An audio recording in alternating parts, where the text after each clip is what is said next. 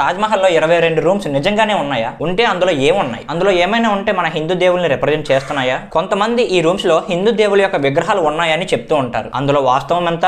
అసలు ఈ 22 రూమ్స్ ఉన్నాయని ఎవరి నుండి మొదలైంది? ఈ 22 రూమ్స్ గురించి కోర్టు ఇచ్చిన తీర్పు ఏంటి? ఈ వీడియోలో ఇలాంటి ఎన్నో విషయాలకి చెక్ పెడదాం. Welcome to Bhargav universe. ఈ యూనివర్స్ లో మిమ్మల్ని ఆశ్చర్యపరిచే ఎన్నో విషయాలని మీకు పరిచయం చేయబోతున్నా. మనందరికీ తెలుసు తాజ్మహల్ ప్రపంచ అద్భుతమైన 7 కట్టడాల్లో వన్ ఆఫ్ ద అద్భుతమని. అండ్ ఈ తాజ్మహల్ లవ్ కి సింబల్. జనరల్ గా హిస్టరీ అన్నది ఫ్యాక్ట్స్ మీద డిపెండ్ అవుతుంది, ఎమోషన్స్ మీద కాదు. రీసెంట్ గా రజనీష్ సింగ్ అనే వ్యక్తి అలహాబాద్ కోర్టులో ఒక పిటిషన్ దాఖలు చేశారు. తాజ్ ASI అంటే ఆర్కియోలాజికల్ సర్వే ఆఫ్ ఇండియా ఒక కమిటీగా ఏర్పడి ఆ 22 గదులు తెరవాలంటూ పిటిషన్ లో పేర్కొన్నారు. ఆ 22 రూమ్స్ లో హిందువులకు సంబంధించిన శిల్పాలు, విగ్రహాలు ఉన్నాయా లేవా అని చూడమన్నారు. ఆ పిటిషన్ లో తాజ్మహల్ ఒక హిందూ దేవాలయం అని మెన్షన్ చేశారు. తాజ్మహల్ అసలు పేరు తేజో మహాలయ. కానీ కోర్టు ఈ పిటిషన్ ని కొట్టివేసింది. జడ్జెస్ ఏం చెప్పారంటే పిటిషన్ వేయడం వల్ల పిల్ వ్యవస్థను ఎగతాళి చేస్తున్నారు.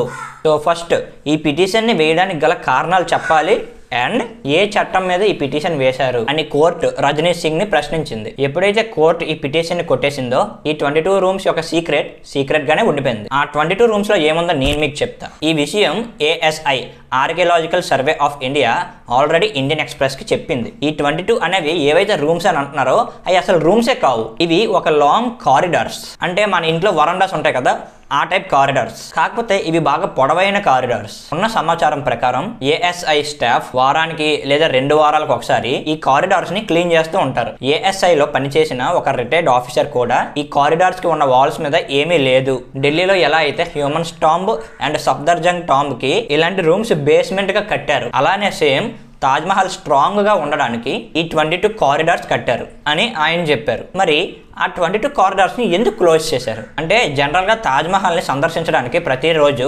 1,00,000కు పైగా టూరిస్టులు వస్తూ ఉంటారు. వివిధ దేశాల నుండి మన ఇండియన్స్ కూడా 1,00,000కు పైగా సందర్శించడం వలన ఆ రూమ్స్ ఓపెన్ గా ఉంచినట్టయితే ఆ రూమ్స్ లో చూడడానికి ఏమీ లేకపోగా అక్కడికి టూరిస్ట్ అందరూ గుంపులుగా చేరిపోతారు. సో అక్కడ ఉండే ఏరియాస్ డ్యామేజ్ అవ్వకుండా ఉండడానికి లాక్ చేశారంట. ASI ఈ 22 రూమ్స్ గురించి క్లారిటీ ఇచ్చినప్పటికీ కూడా దీని మీద డిస్కషన్స్, ఆర్గ్యుమెంట్స్ ఆగలేదు.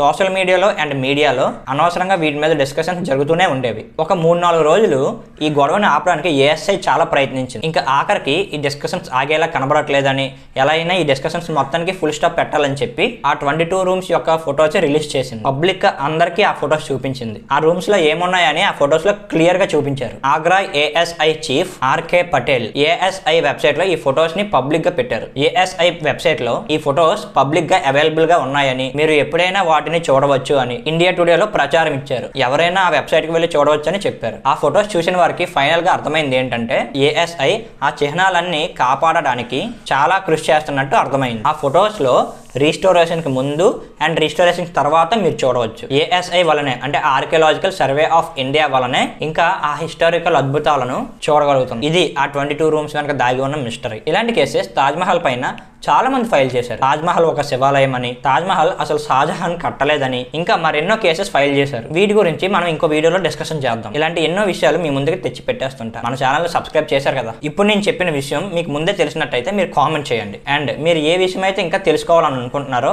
ఆసక్తి చూపిస్తున్నారో ఆ టాపిక్ ని మీరు కామెంట్ సెక్షన్ లో కామెంట్ చేయండి.